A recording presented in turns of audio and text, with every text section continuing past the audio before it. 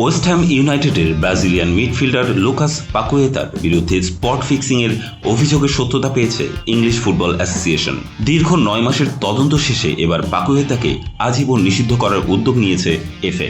2023 সালের আগস্ট থেকে পাকুয়েতার বিরুদ্ধে ম্যাচ পাতানোর অভিযোগের অনুসন্ধান করা হয়। 4টি প্রিমিয়ার লিগ ম্যাচ ঘিরে তার উপর তদন্ত চালানো হয়। 2022 সালে লিস্টার সিটির বিরুদ্ধে এবং 2023 সালে অ্যাস্টন ভিলা, লিডস ইউনাইটেড ও বর্নমাউথের বিপক্ষে সবগুলো ম্যাচে মাঠে ছিলেন পাকুয়েতা। চলতি বছরের এপ্রিল মাসে সব শুনানি শেষ হয়। এরপর প্রাথমিকভাবে অভিযোগের সত্যতা পাওয়া যায় পাকুয়েতার বিরুদ্ধে সর্বোচ্চ শাস্তি আজীবন নিষেধাজ্ঞা আরোপ করতে। তবে বিষয়টি এখনও চূড়ান্ত হয়নি, আবারও পর্যবেক্ষণ করা হবে বলে জানিয়েছে কয়েকটি গণমাধ্যম।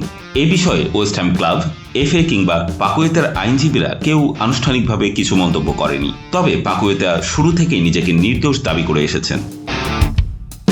তিনি বলেছিলেন, আমি খুব আশাহত ও অবাক হয়েছি। 9 মাস ধরে অনুসন্ধানের প্রতিটি পদক্ষেপে সকল তথ্য দিয়ে সহযোগিতা করেছি। অভিযোগ সত্য নয়, নিজেকে এইসব অভিযোগ থেকে মুক্ত রাখতে প্রতিনিয়ত লড়ছি। পাকুয়েতা 2022 সালের আগস্টে ফ্রান্স ক্লাব লিও থেকে ওয়েস্ট হ্যামে যোগ দেন। 36.5 মিলিয়ন পাউন্ড খরচ করে তাকে দলে ফেরায় লন্ডনের ক্লাবটি। অভিষেক মৌসুমে হারমাদের হয়ে জেতান উয়েফা কনফারেন্স লিগ।